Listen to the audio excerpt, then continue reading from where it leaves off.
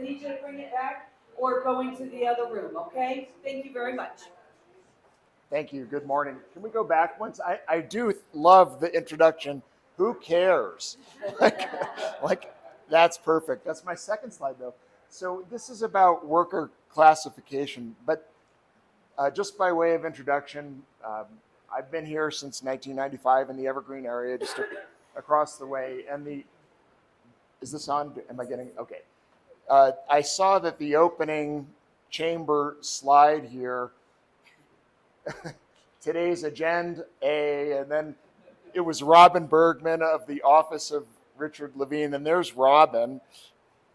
Everybody knows Robin. It's the law office of Richard A. Levine. So anyway, I've been around a long time, have an office just across the street here, and happy to support the chamber and to be back. So it did say Robin Bergman was going to give this presentation, and I do want you to know that had been the plan up until I think a day ago, and Robin said, I think you should give the presentation. And I said, well, how am I going to be prepared for that? And she said, oh, I'll just give you a couple of things about it. And so it's if you need a if you need a bathroom break, maybe that's the right time to do that. And my favorite part of this is actually the Code of Federal Regulations on this topic. Now, most of you aren't going to need to deal with the Code of Federal Regulations because you're the state, but this is 150 pages of this mouse print, and the actual law is at the back, and it takes less than a page. So this is the interpretation of the thing that I'm supposed to talk about. And then over here we have the fact sheet about it. So we're going to be having facts today. I decided, okay, I'm not going to be able to summarize 150 pages, or maybe I can, we'll see. But it reminded me that if you reason from first principles, so in every single job that anybody has, in every single business that any of you have, and in your own life, you generally don't have trouble navigating the world because you know the basics of what it is. What's the foundation of what we do? And the foundation of the problem that we have is worker classification. So this reminds me of, all of Western civilization begins with the Greeks. We're over 3,000 years ago. Aristotle says, okay, we're going to have a taxonomy. That just means we're going to classify everything. We're going to have dead things. We're going to have living things, right? Under living things, we're going to have, stuff that comes up under fish and other things that are come up under land. And we're going to figure out what all of this means, and that's the taxonomy. But we all understand this anyway, right? We all navigate through the world. Benjamin Cardozo said, reason is the life of the law. We all have reason. So it shouldn't take as many years of school as it takes, or as much as experience as it takes, to know what you know. So everyone sitting here has some experience with my topic already. You already come prepared. And that is the question of, am I an employee or am I an independent contractor, right? That's just a taxonomy. And it's taxonomy underneath this idea of I'm a worker. So this is a great topic if you just want to sort of meditate on certain issues, right? The Civil War gets fought on the issue of how you treat labor, right? It's about, I know this was controversial at one point, but it actually was a war about slavery. We just came out of Super Tuesday, right? We must be at so average Wednesday if we're here today. And, right? I mean, it reminds me that the election yesterday reminded me of a truism. Everybody says we're so divided, the country is so divided. But I don't think we are. I think we all agree that whoever someone else voted for was not a good choice, right? And whoever we voted for was not a good choice, right? Seem to have the same sense of it. But under worker classification, you want to know, is someone an employee or is someone an independent contractor? So let's go to the second slide. Who cares whether someone is an employee or whether someone is an independent contractor? The first is you care, right? I'm in a room full of employers. You care, you want to know. And why do you want to know? Because you got cost structure, you've got workers' compensation insurance, you've got employer taxes, you have personnel and benefits. You want to know things about control. Your workers want to know, am I an employee or am I an independent contractor?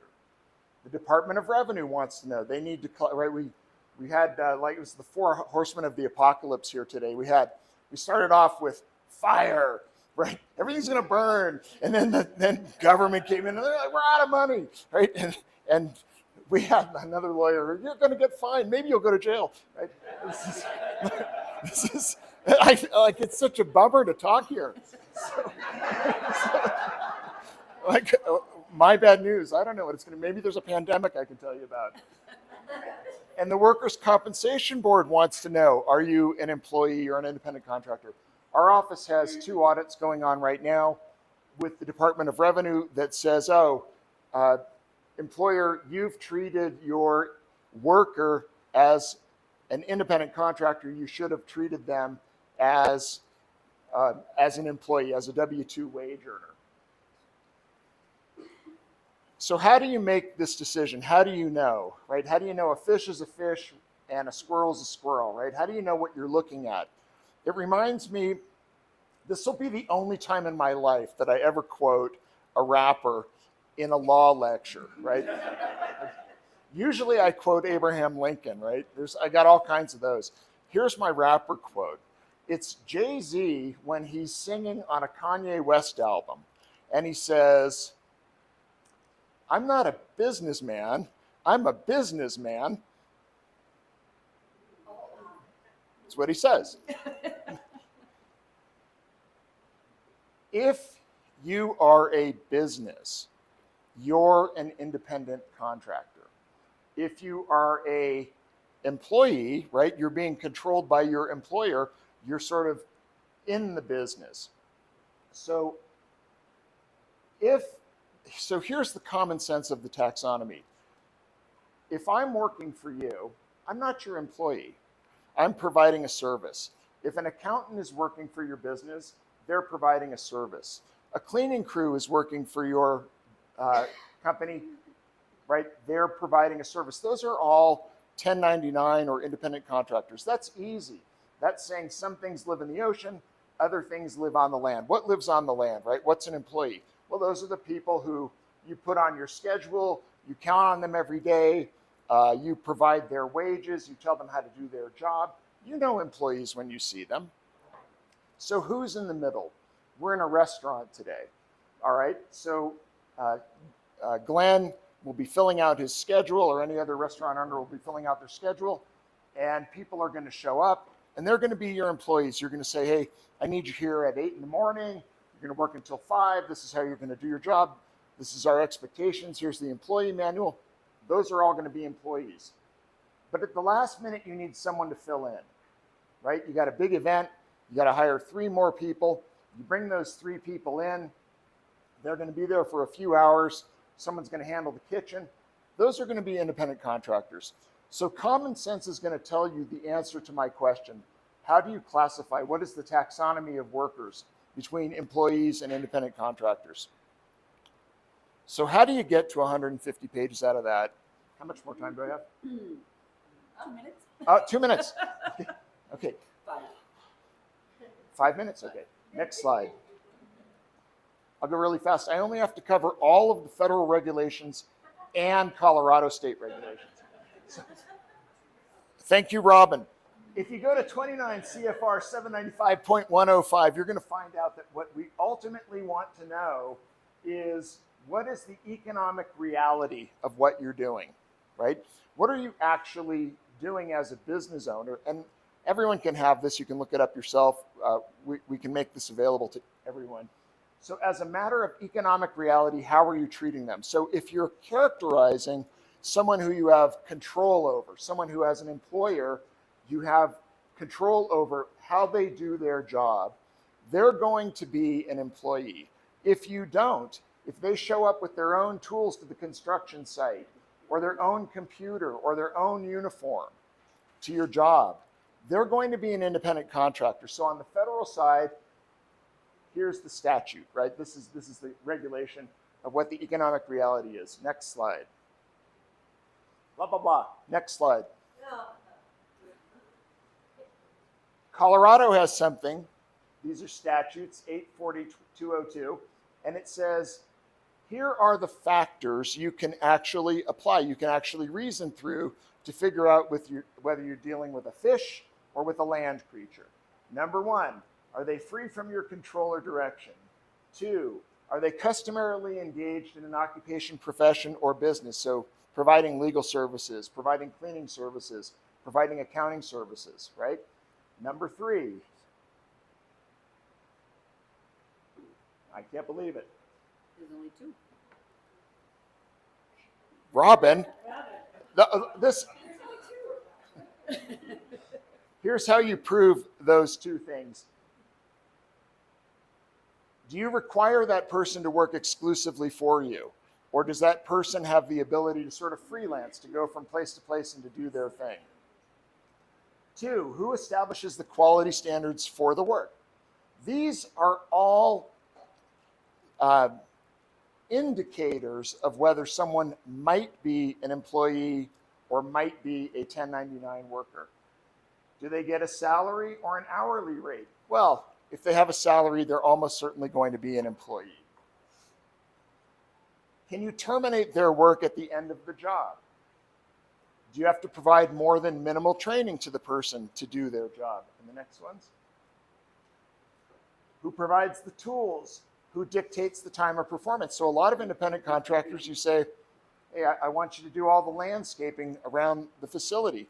But you don't get to tell them you're going to be here at 10 in the morning and you're going to work till 3 every day to do it. They come and they do it upon the schedule that they need to.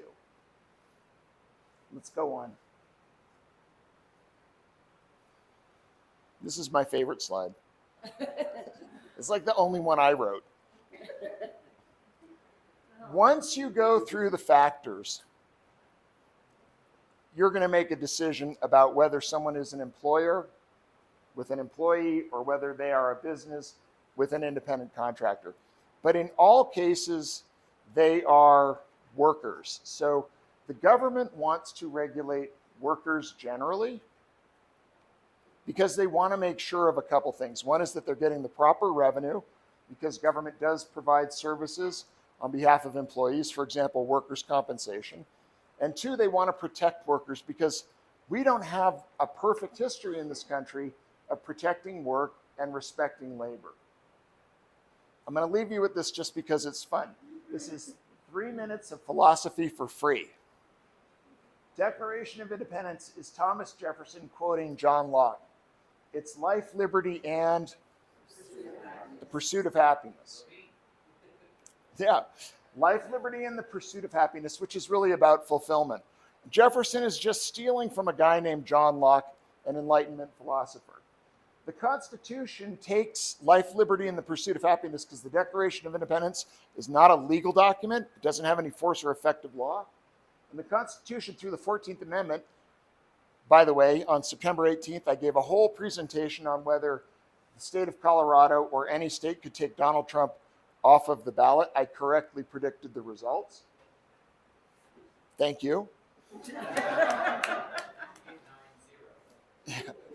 It could have been up 6-3, but Constitution 14th Amendment changes it to life, liberty, and property, right? Property now is what the country begins to focus on when it actually becomes a body. So John Locke says, okay, so what is money? I could win bets here today. Maybe not against all of you, but against most of you. That if I ask you to pull out a $20 bill and I say, I know I have financial services people here, so it's a stacked audience. Where is that from? What is it? It's a promissory note, and it doesn't come from the Treasury. It comes from the Federal Reserve, which is an independent, quasi-independent entity. Yeah, but it's not Congress, and it's not in the executive branch. It lives somewhere else, and it prints money, 32 trillion of which is debt right now at the federal level.